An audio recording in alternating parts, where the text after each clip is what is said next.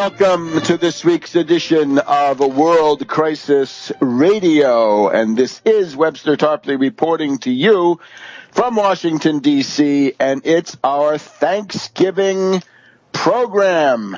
And this, of course, is based on an executive order from the Lincoln administration. I think the story usually goes that it was written by Seward, but it declared a national Thanksgiving. It's based on the older Harvest Festival tradition coming from England and other places. But it's now Thanksgiving for what? For winning the Battle of Gettysburg.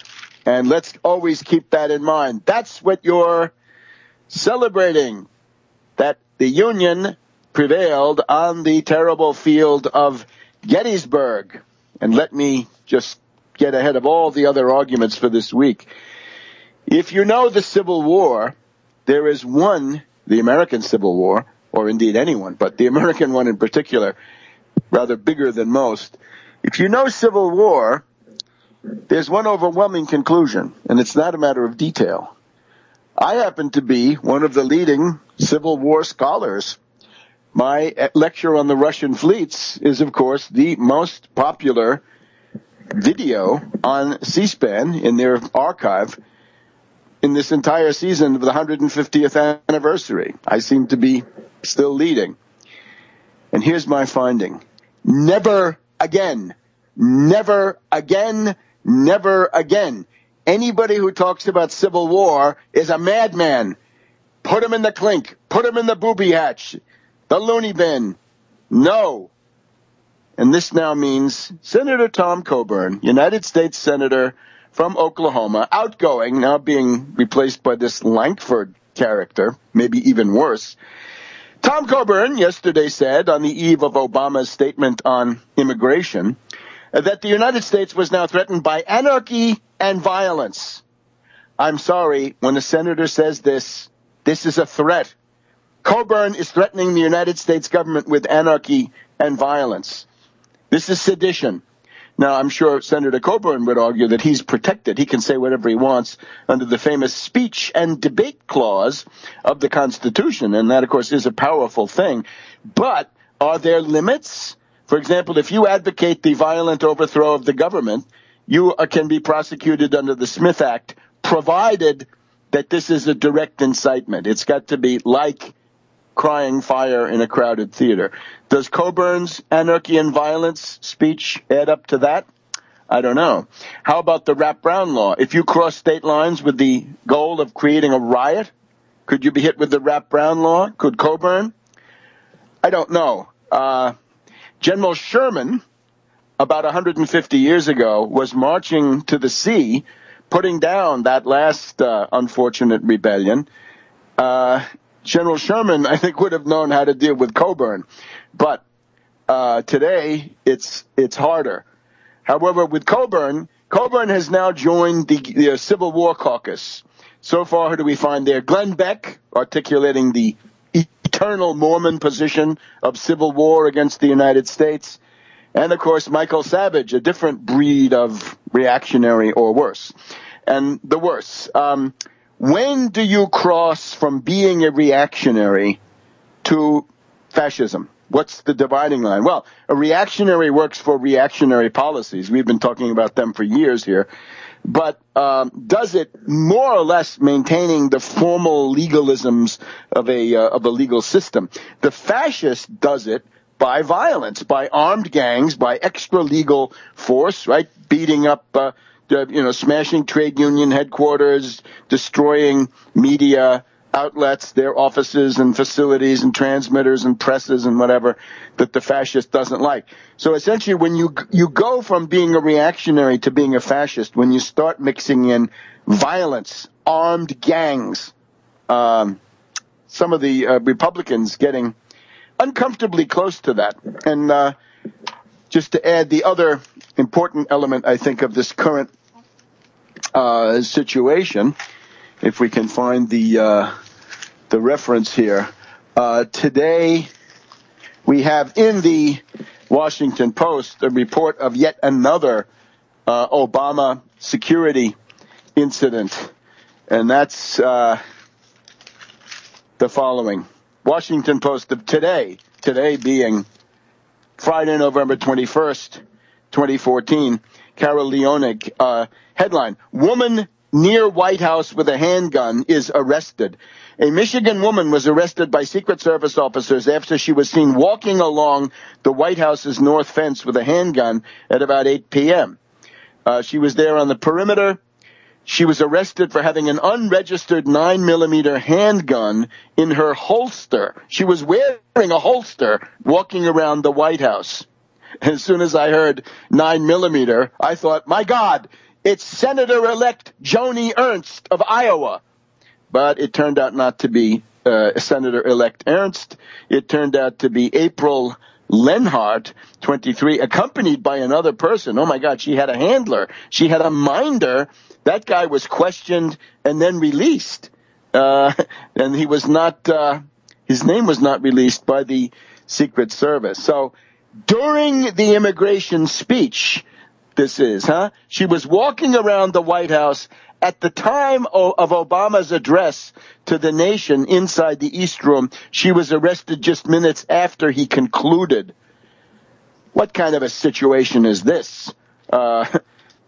This is yet another warning to Obama on various issues. And I think this has gone too far. I was relieved that it wasn't Senator Joni Ernst with her 9mm. She's from the 9mm Smith & Wesson party, okay?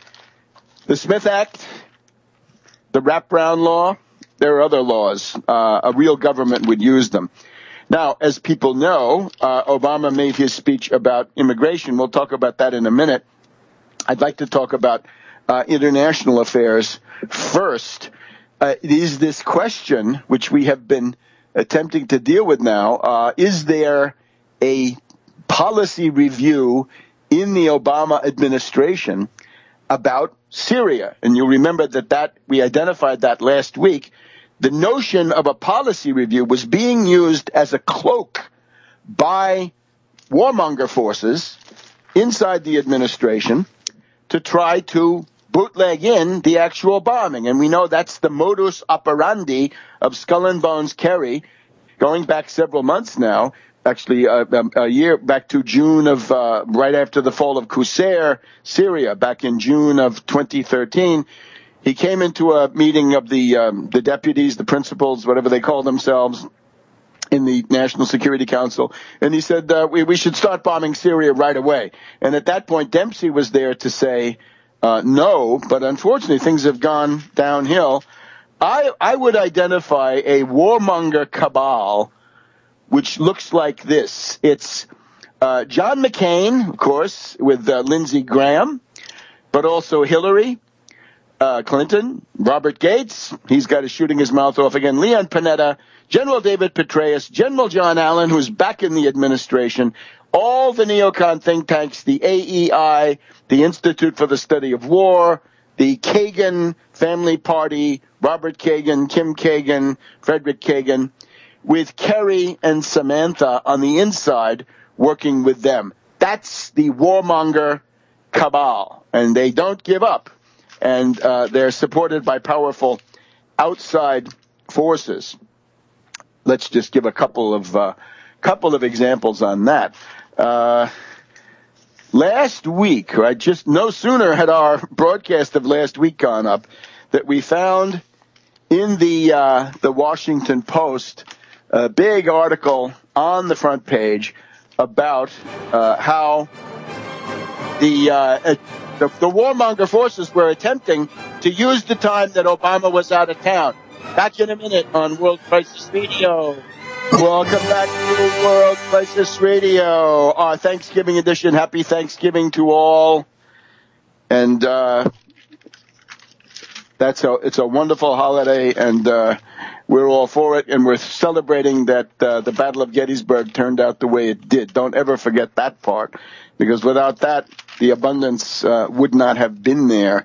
And, of course, one of the issues there in the Civil War was, would the U.S. be a low-wage economy, including slavery, or would it be a high-wage economy? Unfortunately, for a while, the high-wage economy won out. But since then, that has been called back into question again by all of these neo-Confederates running around, right? And here we are. It's the Gettysburg Thanksgiving and the 150th anniversary of Sherman's March to the Sea.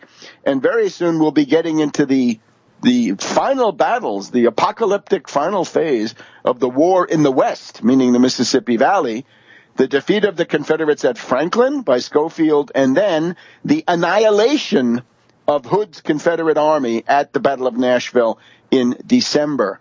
And some guy contacted me a few years ago. He was part of the pro-Hood Memorial Society. So I have to say, I can't really have anything to do with that because this is so much against my values. Thomas, how the Rock of Chickamauga became the sledgehammer of Nashville, from Virginia. And we have another good Virginian on the list this week. We have John Marshall, the great Chief Justice, who shows us that the purpose of this government is to promote the general welfare. And we'll get to that, too, if we can. Otherwise, I refer you to my interview with Tom Kiley yesterday on INN World Report.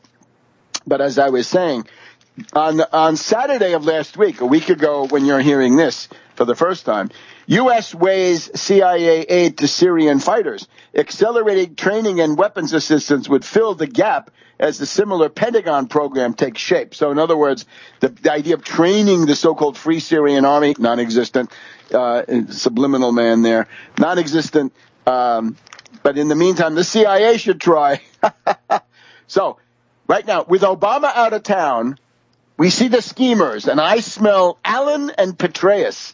The Obama administration has been weighing plans to escalate the CIA's role in arming and training fighters in Syria, a move aimed at accelerating covert U.S. support to moderate rebel factions, non-existent, while the Pentagon is preparing to establish its own training bases. Now, this is interesting in itself that they say this. The problem, of course, is we're told that one group has already gotten TOW missiles, light arms. One group called Harakat Hazm, H-A-Z-M, was among a select group of units to be given U.S.-made TOW anti-tank missiles.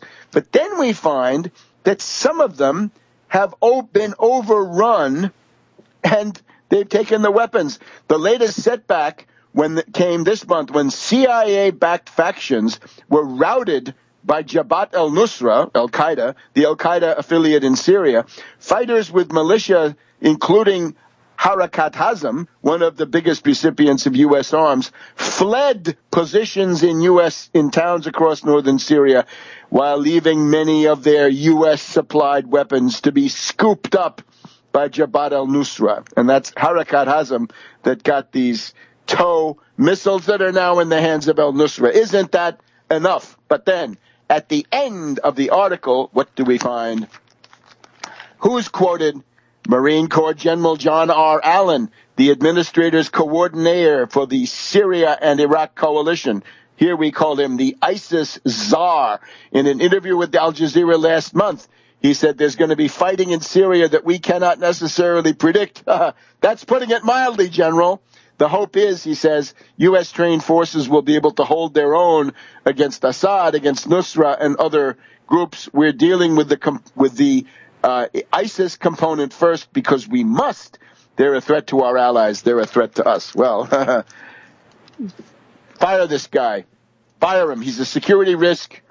I have put out a statement last week about this. Fire Allen. He's compromised. He's a security risk. After those dealings with Jill Kelly, La Libanaise, this Lebanese woman, who knows what she represents? God knows. He was engaging in a tremendously intense email commerce with her. He's been investigated. The Pentagon Inspector General whitewashed him like they whitewashed everything in the past 20 years. No, out, fire him. Let him join once again Petraeus in disgrace outside of the military. And now here we go, another very, very interesting aspect. Today's editorial, let's see if we can find it. Sorry, it's not today. It's Wednesday. Wednesday, November 19th. Top editorial, leading editorial, Washington Post. Here we have Gates, once again, of the warmonger clique, saying that you will not be able to seriously degrade Islamic State without special operations forces on the ground. Petraeus comes from special operations.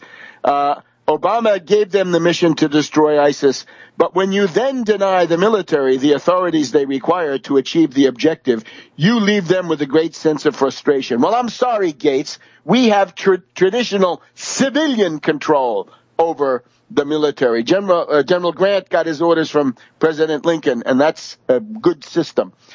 Now, the Washington Post helpfully adds, it's not just the generals who are chafing, but U.S. allies, including Turkey and Qatar, are increasingly uncomfortable with Obama's strategy of training the moderate Syrian rebels in the hope that they will fight the Islamic State but not weaken Bashar. I'm sorry here. Erdogan is a figure of treachery. The Emir of Qatar embodies treachery. We are chafing here. We are chafing. We are really uncomfortable here that Turkey and Qatar continue to support ISIS in every way, with logistics, with the border, with crazies coming in, right? Recruiting of the crazies. Check what Taradawi says about ISIS on the Arabic language edition of Al Jazeera, not Al Jazeera America, with all those familiar worn faces from CNN, but Taradawi. And here's the interesting thing that takes us, I think, to a new level. Obama was asked, "Are you actively discussing ways to remove Assad?" Mr. Obama's response was a blunt no. Did you hear that? No, we are not actively discussing ways to remove Assad. Now, we had denials from Ben Rhodes last week. We had a number of denials about this policy review that was supposed to lead to the bombing of Assad when Obama was out of town. We took this back to Avril Harriman. We took it back to Al Gore. Harriman, of course, giving the signal for the coup that killed the Diem brothers in South Vietnam in 1963. We had Al Gore bombing Serbia in 1999. They tried it again, and they failed, and Obama said, no. We'll give you that in detail now in a minute on World Crisis Radio. Welcome back to World Crisis Radio. Webster Tarpley here in Washington, D.C. Now, you've got to keep up with Tarpley.net. A lot is happening. And through Tarpley.net, you can see the Twitter feed, Webster G. Tarpley, minute by minute, hour by hour. Keep in touch. Get marching orders. You want to know what to do? You want to know how to intervene in the world? We'll be glad to facilitate that. And we are grateful for the attention and support that we have received, right? The Twitter feed is approaching 17,500 followers, I guess. Followers, people who want to stay in touch. That's not my term. That's their term. Obama and Syria. So there has been this drive to use these trips, right? The trip to Beijing, to Burma, and to the G20 in Brisbane, Australia. And they tried to get bombing going when he was out of town. And his response is no. Now, the Washington Post was complaining about that on Wednesday, November 19th. Let's go and see the underlying article, which our intelligence service here has found for us. And this is at the Convention and Exhibition Center, Brisbane, Australia, on November 16th, earlier this week in the afternoon, as Obama was getting ready to leave. So it's a question series from Kristen Welker, and she wants to know about Syria. And the question she's asking, is there in fact a policy review? And again, that had been denied by Ben Rhodes. Now it's going to be denied by Obama. So that should be pretty clear. She says, Kristen Welker, question to Obama. Are you currently recalibrating your policy in Syria? Does that include plans to remove Bashar al-Assad? Was it a miscalculation not to attack Assad earlier? Thank you. Okay, Obama says, I think he's saying, I watch this stuff very carefully. I'm watching you putschist, golpisti officers in the U.S. military, you seditious, insubordinate generals of the Petraeus stripe. We have a weekly meeting with my CENTCOM commander, says Obama, with the chairman of the Joint Chiefs, with all our diplomatic personnel related to the region, as well as my national security team, Secretary of State, Secretary of Defense, intelligence team, to assess what kind of progress we are making both in Iraq and Syria in respect to ISIL. I will be having weekly meetings as long as this campaign, the ISIS campaign, lasts, because I think it's important to get it right. We have not had a comprehensive review of Syria, but we have had a comprehensive review on everything every week, what's working and what's not. We have not changed our attitude with respect to Bashar al-Assad. Fine, he doesn't like Assad. He thinks he's not a good president and all this stuff. Question again, follow-up from Kristen Welker. But just to put a fine point on it, are you actively discussing ways to remove Assad as part of that political transition? Answer from Obama, no. Therefore, lunatics out there who are drooling to attack Obama, why don't you attack the greater warmongers? Obama, certainly bad enough, whatever you want to say. But why not attack McCain, as we've been doing with our Arrest McCain for ISIS, with a hashtag or a diesis, the famous sharp in front of it, right? Sharp, Arrest McCain for ISIS. Why don't you attack those people? Why not attack the people on this list? McCain, Lindsey Graham, Hillary Clinton, Robert Gates, Leon Panetta, David Petraeus, very important. General Allen, I think, is the main schemer. I think General Allen, as ISIS czar, he's one of the most dangerous people in the world. The entire neocon group, Kerry of Skull and Bones, and Samantha, the humanitarian bomber. Why don't you attack them? Why are you attacking Obama? What is this? We see the various crackpot websites. You got to impeach Obama or the world will end on such and such a date. I would prefer to identify with the use of intelligence and reality-based criteria who the actual warmongers are that might be bigger. So why not attack a bigger warmonger rather than a lesser one? And again, Obama, bad enough on a number of topics. However, there's also this, and we can't really solve this one right now. President Putin of Russia this week has made a statement according to which cooperation between the Russian Federation and the United States is possible. Возможно. I am absolutely for it, and therefore we've got to find the ways. Now, I don't think Putin would be saying something like that into the teeth of a roaring gale coming from the loud traps of McCain or Lindsey Graham or such people. I think there may be something underneath. Maybe Obama has figured out some things, right? Maybe he's figured out something. So the other interesting aspect of this is Turkey. Here we have the Washington Post expects us to be concerned about the tender sensibilities of the Erdogan regime of Turkey. Well, I want to know about Serena Shim. I was on Press TV of Iran a month ago, around the time, October 19th, when Serena Shim was, it looks like, murdered in Turkey after receiving a death threat from the Turkish intelligence.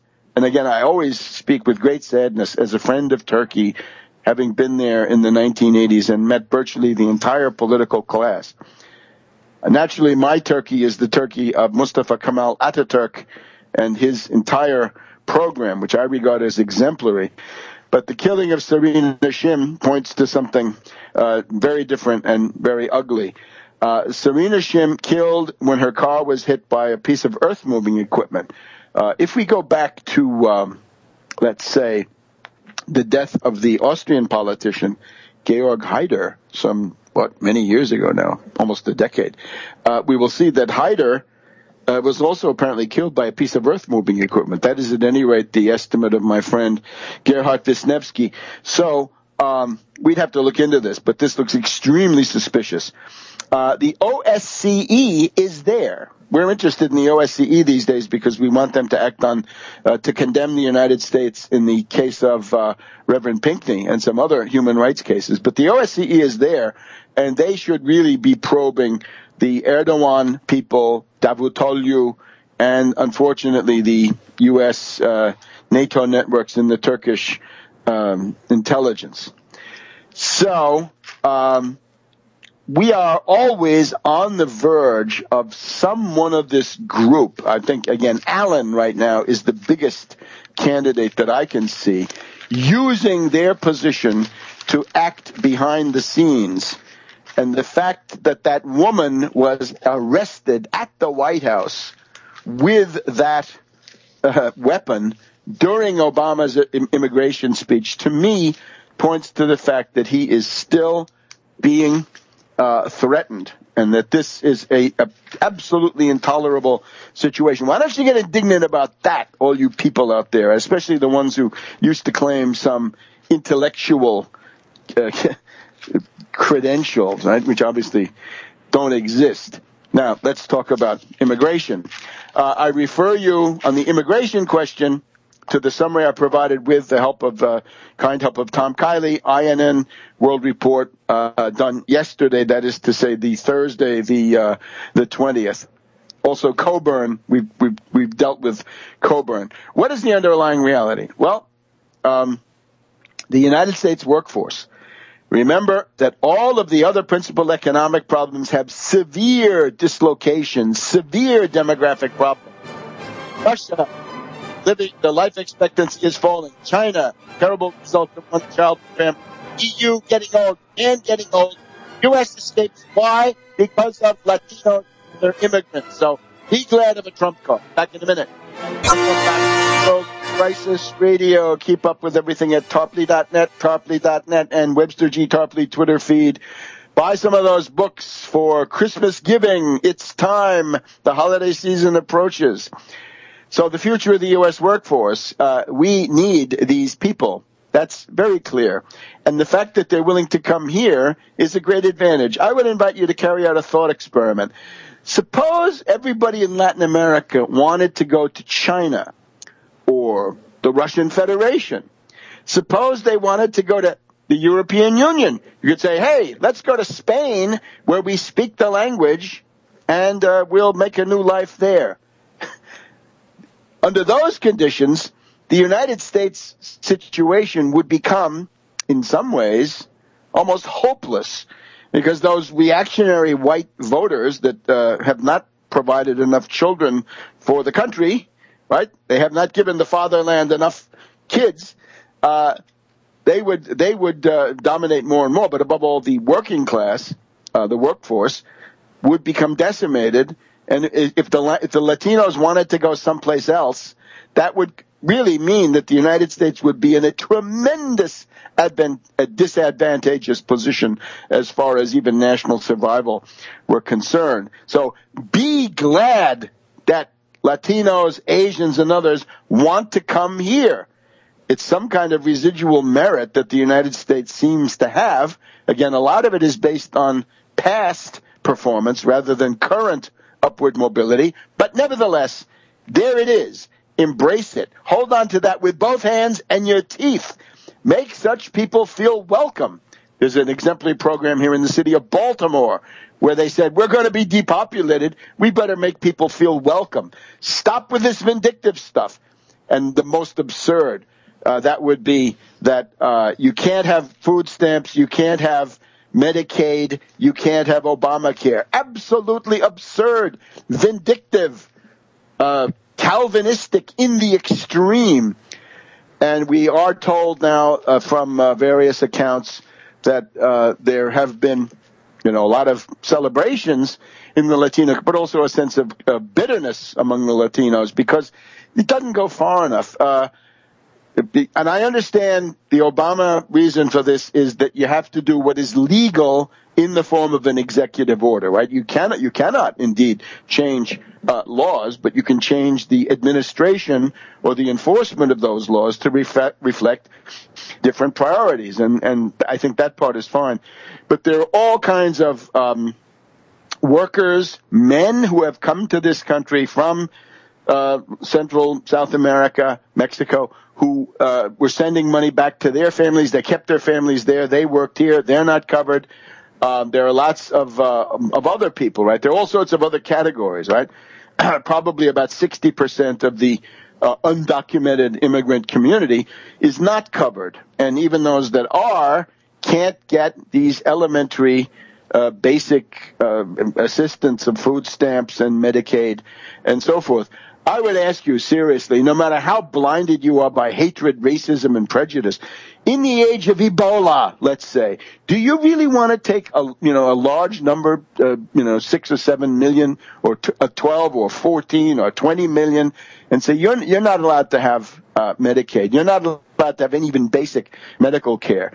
We have to come to realize that the line of defense of the human species is the human species. We do not want any diseases of epidemic potential making the leap from the animal kingdom or any other part of the biosphere into our own human ranks, because, of course, once it's among people, then it spreads more rapidly. I would think that even the most benighted, raving, racist Republican, the most bigoted, would be able to understand that. But apparently not. Now, remember the safeguards. My safeguards, 15 fifteenths. 15 fifteenths. It's a fraction. You can draw it, right? 15 over fifteenths. 15 fifteenths. The 15 is $15 minimum wage, living wage. Put a floor under the ability of anybody to undercut your salary. So if you're a blue-collar worker at a low level of pay, you have a legitimate beef if the Latino comes and takes your job away by working for a very low wage. Let's at least put a floor under that. I would hope to raise it, but you get the idea. The other thing is increase the demand for labor inside the United States by doing the obvious.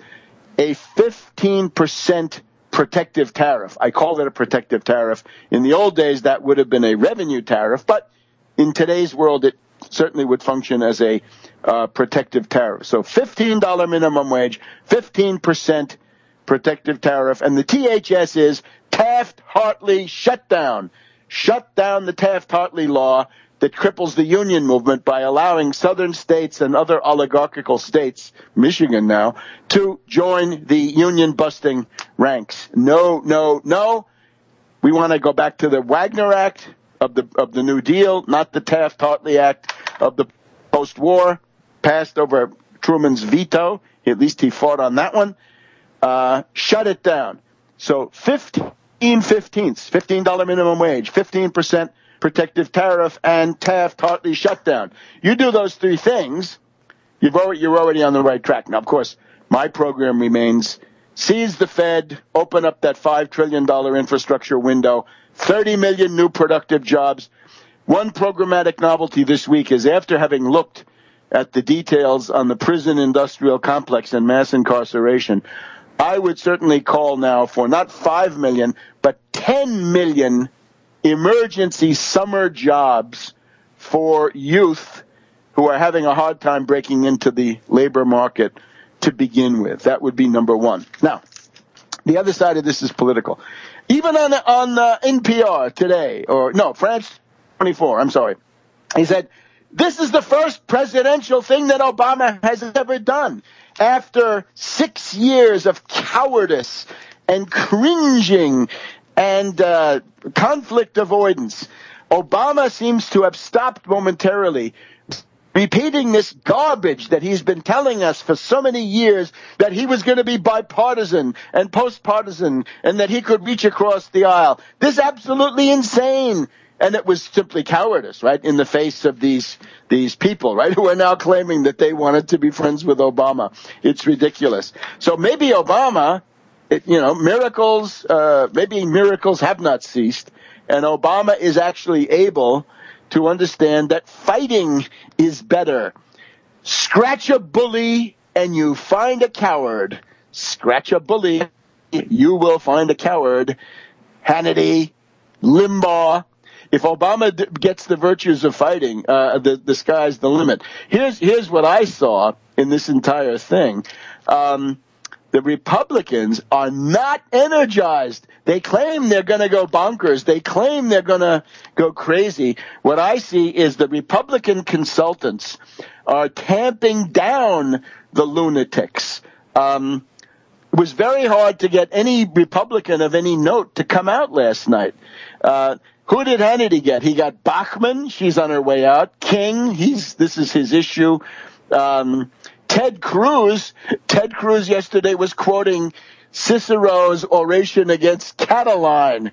Cruz should go and look up, I'm sure he does not know, how Cicero ended up, and maybe he should back off and not be quoting Catiline quite so much. But the idea is that as has been pointed out, the main Republican worry yesterday was not what Obama would do, but how many damaging quotes, how many racist, xenophobic pieces of sound bites would come out of the mouths of these Republicans, right? The lunatic caucus of the Republican Party.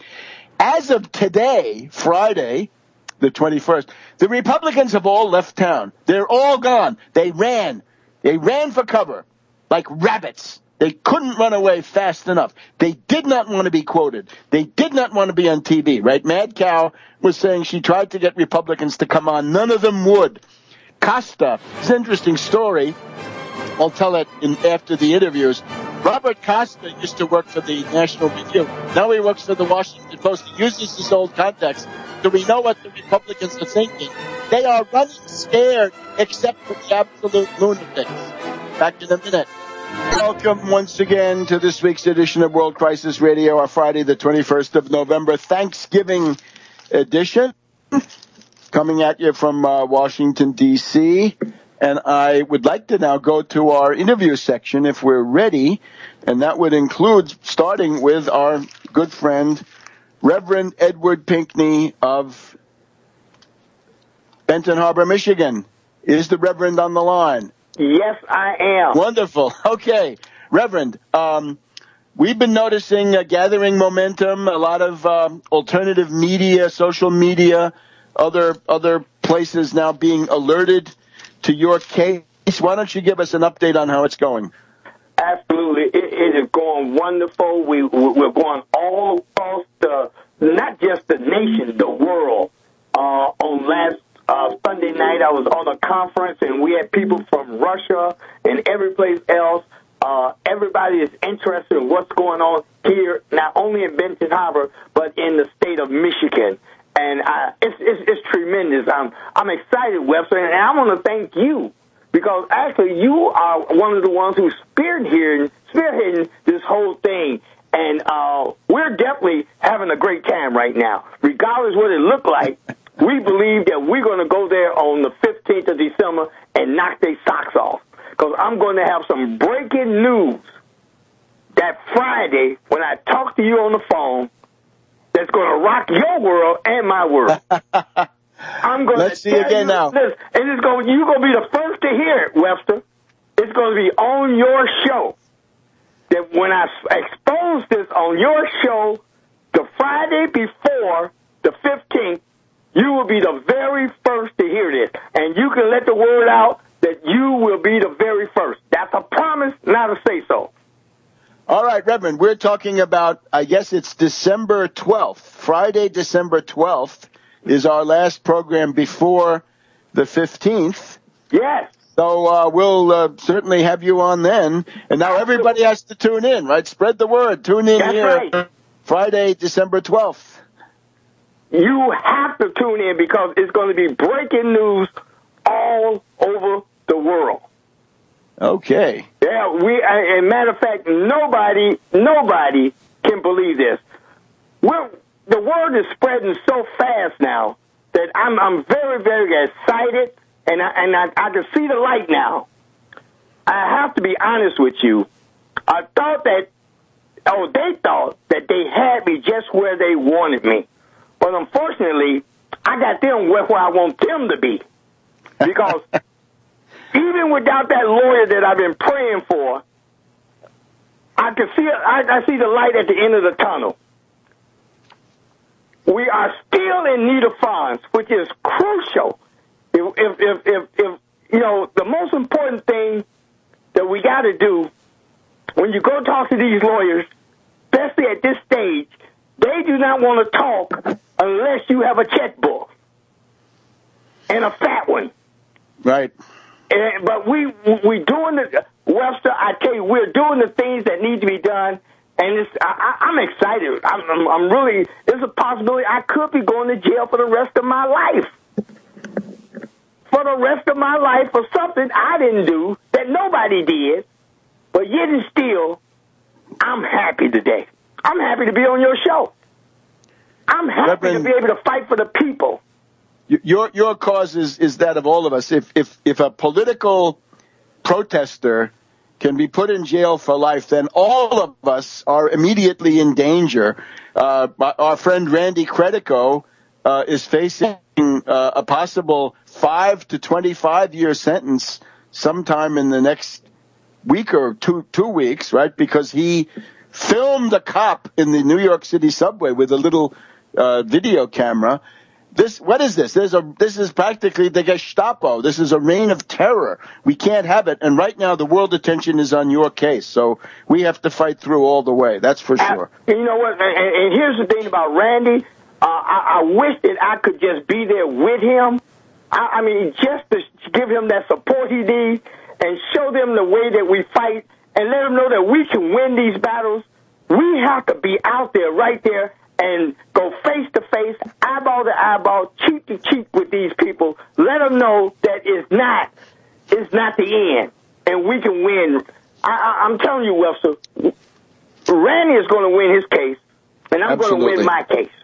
I don't care what they say, what they do. We're getting ready to shock the world, and we're going to do it together. I also tell you, we have to this question of the Upton family, right? Fred Upton, the powerful congressman, his brother, another Upton, the head of Chesapeake Power, and this Kate Upton, this actress whose career they have bought, and this entire family, right? As you told us last week, Fred Upton, great college friend of Governor Rick Snyder. What you see there is an actual fascist cartel coming together to loot the state and to simply privatize and expropriate these valuable assets, right? And you're fighting against that, and they frame you up. It violates the Helsinki Accords and the OSCE. It violates the Organization of American States, Inter-American, Western Hemisphere human rights things. So, Reverend, before we go any further, tell us, again, I could practically recite this myself, but you better. How can they send you money? How can they help? You can go to bhbanco.org. That's bhbanco.org.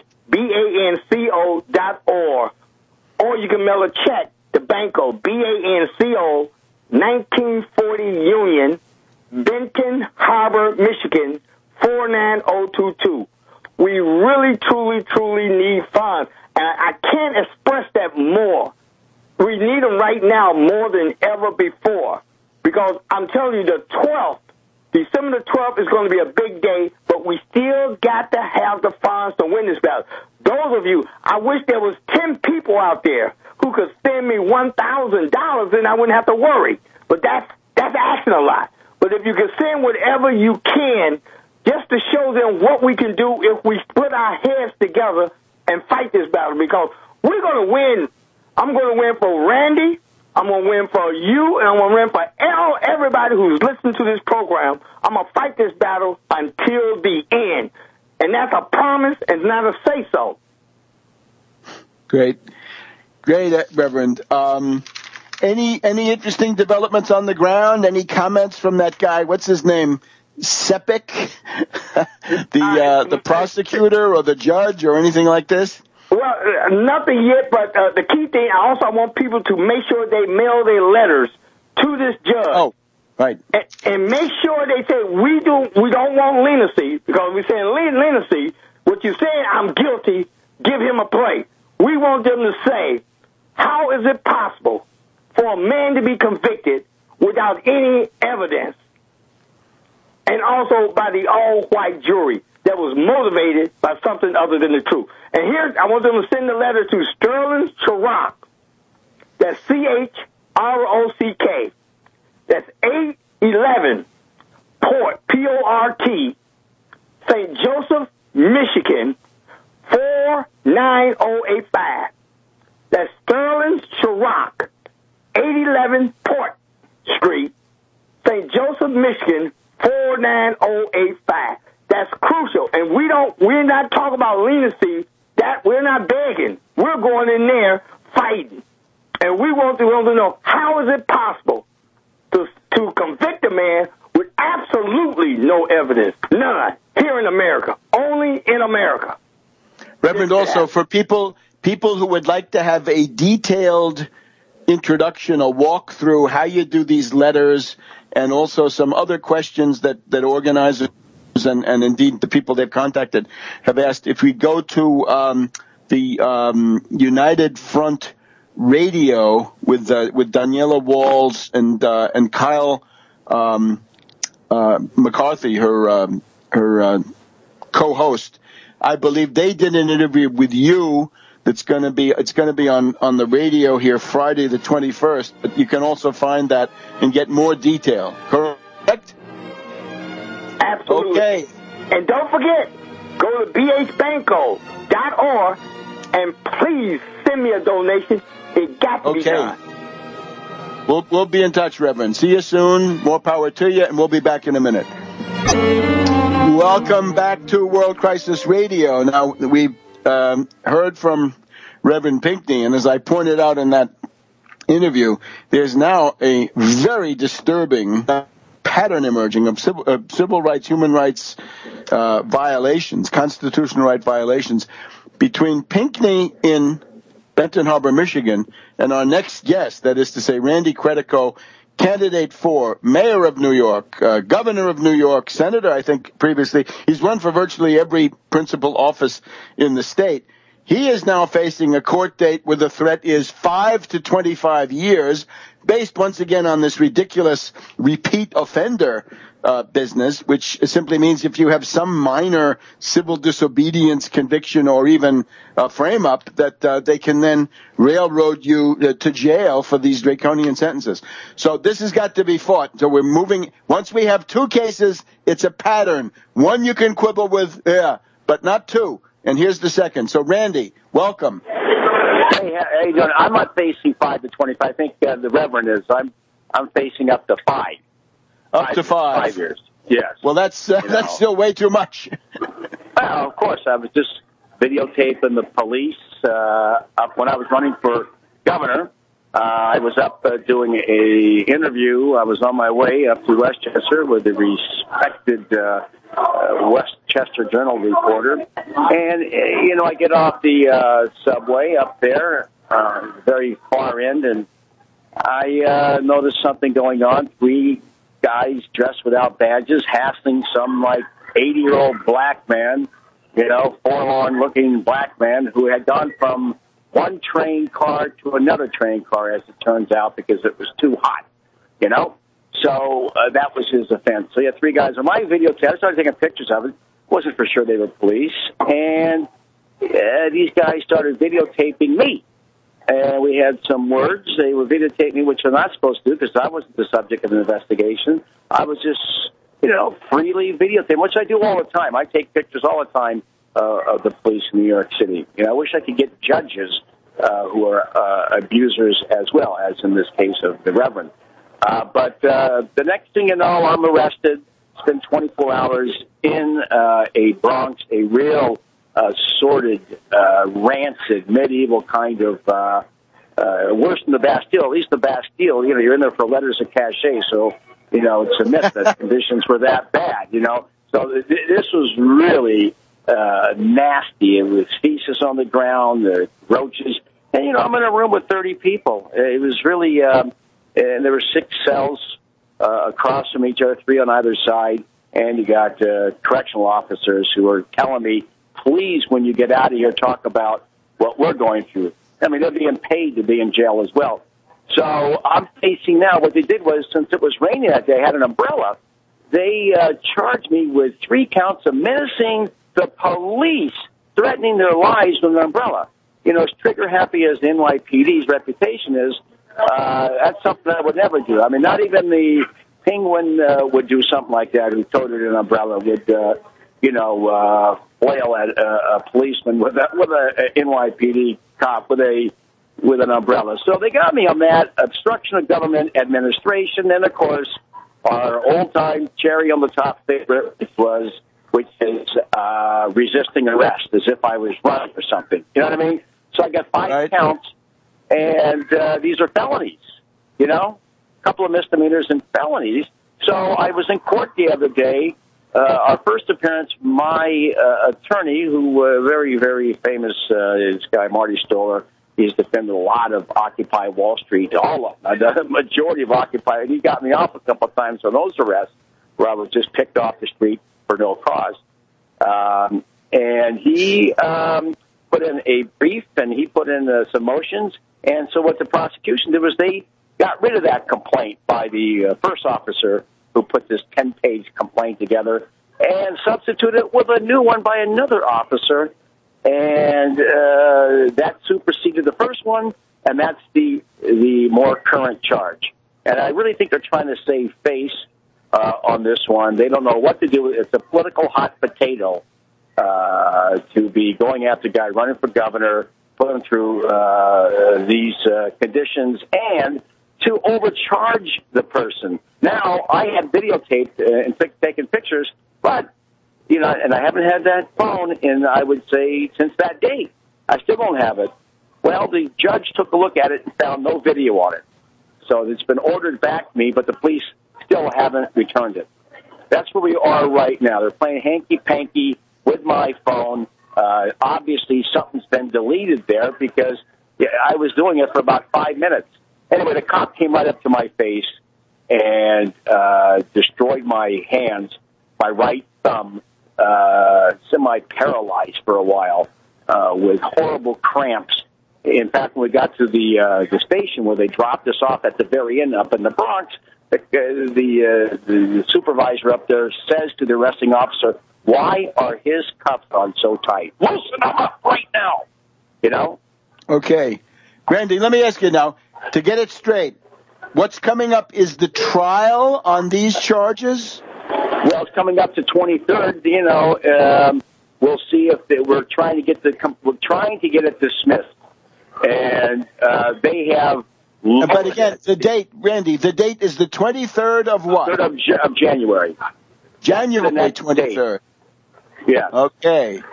January 23rd, and this is a trial in what? New York State Supreme Court? What do they call it? Yes, they call it Supreme Court, which is really municipal court anywhere else. That is in the Bronx. Supreme Court in the Bronx. On January 23rd. Have your listeners stay apprised of that. We case. will. It's always nice to have people in the courtroom. Absolutely. We're going to do that. Here's my other question, though. As I understand it, there's already a court order that it is legal for anybody to film a police officer carrying out their duties, that what you're accused of is not a crime. I was not accused of that. They found a pretext to arrest me. That's it. So they can find pretexts. People get arrested all the time. The cops have throwaway guns when they shoot somebody. Why wouldn't they come up? Why wouldn't they perjure themselves on something like this? They can get away with it. The guy did this. The guy did that. There's no video. There's no video camera inside that substation, that subway station. There's no video camera. So the guy took video of me, but he says he doesn't have any video. So there's no video to substantiate what I saw, what I witnessed, and they can say, well, he never videotaped, so we didn't arrest him for videotape. And it's all garbage, and I'm going to continue to videotape the police. They don't like it, but everybody should. You know, okay. It's really nice if we can go into the courtrooms and videotape the courtroom proceedings by Absolutely. Randy, our music is telling us our time is up. We want to hear from you again frequently in the run-up to this January 23rd. And good luck organizing in the meantime. Thanks a lot. See you soon, and we'll be back in a second on World Crisis Radio. Welcome back to World Crisis Radio. Webster Tarpley here in Washington, D.C. Let's just wrap up the politics of this immigration question. As I say, yesterday evening, only the most discredited extremist clowns in the Republican clown car were willing to come out. The Louis Gohmert, the Steve King, the Michelle Bachmann. None of them they're eager to get on the TV anytime they can. When it came to the presidential candidates, though, they did not want to be on TV. Ted Cruz, I don't think, was interviewed. Little Rand Paul was not interviewed. They put out statements, right? Rand Paul put out a nasty statement. But still, you can see there's a great reticence. The one who was willing to come out is Jefferson Beauregard Sessions. Jefferson Beauregard, right? 2 names, 2 insults, 2 pieces of treason. But anyway, that's his name. How about if his name were Adolf Hermann Martin Sessions? Be similar, wouldn't it? So Michelle Bachmann, King, Gohmert, you get the idea. The effect of this, though, is the following. The Republicans are running scared. Let's actually give you some more background on this in a minute when we can. But the idea is this. For the first time, making even a weak, inadequate attack on the reactionary coalition, Obama has exposed their fundamental weakness, that they're terrified of being seen as the fascists that a lot of them are, and the reactionaries, which practically all of them are. They're very, very much afraid. Now, the question that then arises is, what are they going to do? They are split. The Tea Party the real fanatics are split from the Wall Street, the sort of country club group, right? And you can see what that is. The country club group on Wall Street, they want to inundate the United States with oceans of cheap foreign labor, to drive down wages, to organize scabs, to have strikebreakers available anywhere, replacement workers, as they call them, right? So we're not for that. We're trying very hard to, again, the 15/15ths program, $15 minimum wage, 15% protective tariff, and Taft-Hartley shutdown. That's a package that would go far towards restoring the bargaining power of labor. But the Republicans are split, and they're also split from their Wall Street contributors, right? The Chamber of Commerce wants this, and the individual Tea Party Republican doesn't. If you lead the Republicans through a series of confrontations like this, you're essentially leading them into prepared fields of political fire. They're going to be in very, very bad shape, right? The gutter snipes of the Tea Party split away from the Wall Street country club types. The Chamber and the American Enterprise Institute on the one side, Heritage and DeMint on the other. You get the idea. Limbaugh saying that Silicon Valley is not happy. Well, then the less happy they are, the more happy we are. The H-1B visa is not a good thing. The guidance from the Republican consultants for this tremendous moment of crisis was, don't be hysterical, guys. Please don't be hysterical. We need you to cool it, right? Don't give don't give the president a victory with your terrible quotes. Here we go with Costa. This is from today's Washington Post. Bachmann came out saying that if you protect immigrants, you're going to get illiterate voters. And Lindsey Graham, the warmonger, said that's unfortunate, unfair, unnecessary, unwise. Charlie Dent, he's a so-called moderate reactionary from the Philadelphia suburbs. He says, don't play into the president's hands. The president wants to see an angry and intemperate response, thinking that Republicans will do something that leads to a shutdown. Don't take the bait and don't have a hysterical reaction. We can be strong, rational, and measured. Can you?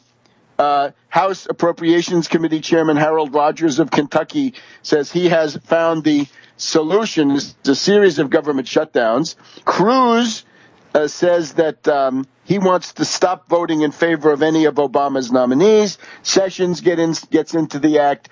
King is the one who says impeachment. Bring it on! Bring it on! Diaz-Balart of the Republicans is saying you have to do something about this, right? But it only takes a couple of comments for an unflattering narrative to build about the Republican response. Warns McCain. Rubio says we need to deal with immigration, a weak sister compared to some of the others. So the party of don't be hysterical, right? Don't be hysterical. Even Limbaugh's engineer, right? This guy Snerdley is telling him, you're not energized at all. You're not looking for a fight. The Limbaugh line is, everybody knows it's unconstitutional. I'm sorry. Unconstitutional is a buzzword for something that fascists don't like. That's what it's getting to be. And that's a terrible situation. So all the windbags fled, even because it's Friday, right? They're all gone.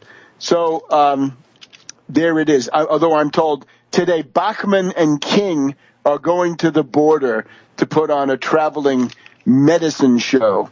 GOP racist rage is impotent.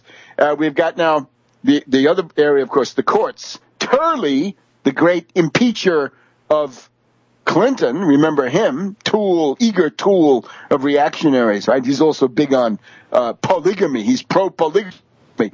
Turley's lawsuit is that the Obamacare methods are unconstitutional and unlawful. And Turley has come into service after two fairly well-known D.C. law firms refused to take the case. And you'll remember this, the weak promise of somebody like Boehner is, we're going to sue him in the courts. Well, you told us that 6 months ago, and you never did it because no lawyer could go into court with a straight face on this idiocy. Bachmann says she's going to have a demonstration in the first week of December. Let's see how that goes. We'll soon find out. There's also an immigration lawsuit. He's promising that, as we said. And, of course, the thing we're really concerned about is the Supremes, right? That the Rats Cabal, Roberts, Alito, Thomas Scalia, +1, plus Kennedy, will say that when it says state, the state, it means the individual federal state. I say no, it means the government. Compelling state interest is that the state be seen as the state, not the states. It's a different, it's a similar way of talking. So these are now let's look at the world economy, because this is actually getting quite extreme, I would say. Japan has been in the center of this in the past week. And you could see that this is now getting, that Japan has now contracted for the second quarter in a row. A lot of this came out at the G20, right? We have to remember there was a G20. They do talk about economics. Japan is now in its fourth recession in 6 years, despite the Abe economics. And in G20, Brisbane, Australia, we have Cameron of Britain warning that the world economy could be headed towards disaster, right? We have to see why he says this. But 6 years on from the financial crash that brought the world to its knees, red warning lights are once again flashing on the dashboard of the global economy, writes Cameron in The Guardian this past Monday. We'll come back to economics and finance in just a minute on World Crisis Radio. Welcome back to World Crisis Radio, our final segment here in our pre-Thanksgiving program. Happy Thanksgiving to all. The world economy. So the word now is that Japan is in another recession. Europe is in recession, and there are always reports of a slowdown in China. I think by now some of these are at least partially true, although China, I think, not as badly off as some other places. In Europe, the unemployment rate in the European Union now 11.5%. Europe experiencing conditions that some economists say echo the Great Depression. Stagnation and political paralysis in Europe. Cameron once again says the Eurozone, he's saying not the pound zone, but the Eurozone, but it's true enough. Teetering on the brink of a possible third recession with high unemployment, falling prices, and the real risk of failing growth and the high risk of falling prices too. Now, they're talking about deflation. Mark Carney says, this is the head of the Bank of England now, a specter is haunting Europe, the specter of economic stagnation, deflation, stagflation. Lagarde, the risk of a new mediocre in Europe. Draghi, we'll get to Draghi in a minute. Draghi warning again that monetary policy alone cannot do it. We'll see about that. In Japan, they have now shrunk by 1.6% in the second quarter. And here's a good quote that I think sums it all up. It comes from Peter Tasker, a student of the Japanese economy, and he's pro-Abe. The numbers are absolutely awful, beyond description awful. It's clear that the tax hikers and the fiscal hawks have tanked the economy. All of this from the Tuesday, November 18th, Washington Post. And similar things in the responding to the G20 in the Wall Street Journal, also on Tuesday, November 18th. And it's interesting how they talk about it. Abe says, we have grasped the chance to rid ourselves of deflation. We must not give it up. So the idea, Japan remains mired in deflation. European Union also in deflation, right? And this was the big thing from Abe, was that he was going to break out of almost 20 years of deflation and stagflation. The monetary easing, the Bank of Japan has just declared big monetary easing. They're under attack for being too slow. Now let's look at Europe in particular. You'll see why this is the case. Mario Draghi of Goldman Sachs, says he hopes that the European Central Bank is close to backing more aggressive monetary easing. This is all hot money, okay? He says there's low inflation and sluggish growth. It could mean deflation, obviously. He does not, he rejects criticism of bond buying. That would at least be something. But here's what he's doing. The European Central Bank has started to buy bundles of loans repackaged as asset-backed securities. They bought 10.5 billion euros worth of covered bonds last week. Now he says, Draghi says, European Central Bank could buy corporate debt, sovereign bonds early next year. Inflation in Europe is only 0.4% per year. He wants to get it back to 2% a year without delay. And this is the problem now. You're seeing it. The stimulus they're trying is yet another hot money stimulus. It won't work. Here are the kinds of stimulus. There's monetary, okay? Print money, central bank. That's a lot of this is that. There is, of course, fiscal. Run a big deficit. They're not doing that because the neoliberal consensus has fought through. And then there's credit stimulus. We want credit stimulus. European Central Bank, Bank of Japan, United States Federal Reserve, each of you, open a credit stimulus window for infrastructure, for space, for high energy physics, for biomedical research, finance, lucrative, money-making projects, infrastructure, of course, money-making for the whole economy, and do that. The United States, $5 trillion. I guess Europe, probably 5 or 6 trillion euros. Japan, similar amount. Rebuild your entire infrastructure for the 21st century. Japanese bullet trains are now 30, 40, 50 years old. Same thing for French DGV. Build the next generation. Put it all into the real economy. Don't waste your money on asset-backed securities. The entire lesson of the Federal Reserve program in the stimulus, right? First the stimulus, and then QE 1, 2, 3, $3 to $4 trillion of bankrupt, rotten derivatives now on the Federal Reserve balance sheet. It doesn't work. It's pushing on a string. Monetary has been tried and failed. Fiscal tried and failed. Now, try credit stimulus. My program, the infrastructure window, the Main Street window, the real economy window with boxcar numbers. It is the theoretical basis coming, of course, from the Voitinsky-Lautenbach consensus in 1932 that if Germany was going to break out of a Great Depression, which was deflationary in those days, you only can do that if you start buying the bonds, right? The European Central Bank could start buying the bonds of North Rhine-Westphalia and Hessen and the RATP, this thing that runs the Paris Metro, and similarly the Regione Lazio, you know the idea, Regione Lombardia.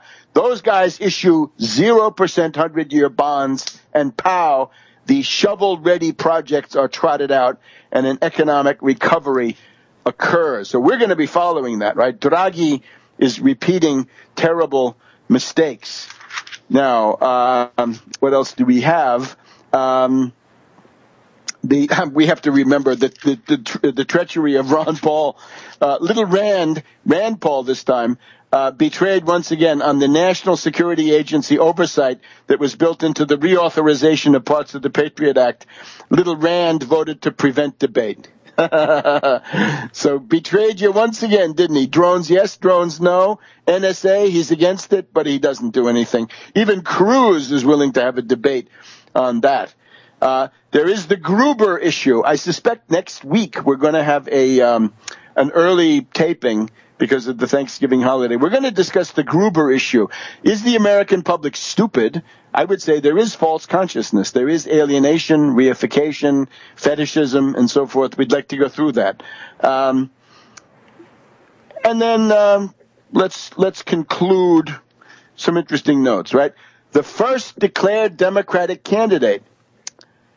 This is James Webb, former Undersecretary of the Navy, former senator from Virginia. I actually know him. I went to his house. He used to have an apartment above the Marine Corps monument there, the Iwo Jima Memorial. Anyway, he's now the first one out of the gate with an exploratory committee. And here's what I think. He is a stalking horse for Hillary. I can't tell whether he's a left-wing or a right-wing stalking horse for Hillary. I see that Begala of the Clinton faction, Begala says he's an authentic war hero. And the idea is, on the one side, he says there's too much income inequality, and on the other side, he says there's too much government interference. So he's talking out of both sides of his mouth. Anti-Wall Street, anti-government. I suspect that they're going to retool him for whatever direction the challenge might come. I think it's supposed to create an illusion that he's to the left of Hillary, and he would then be a wingman in the same way that Ron Paul was working for Romney as a right wingman. I think this is it. But now we've heard the slogan, Webb for president. Webb for president? Which Webb does that mean? Webb for president? We'll report more about that in the coming weeks.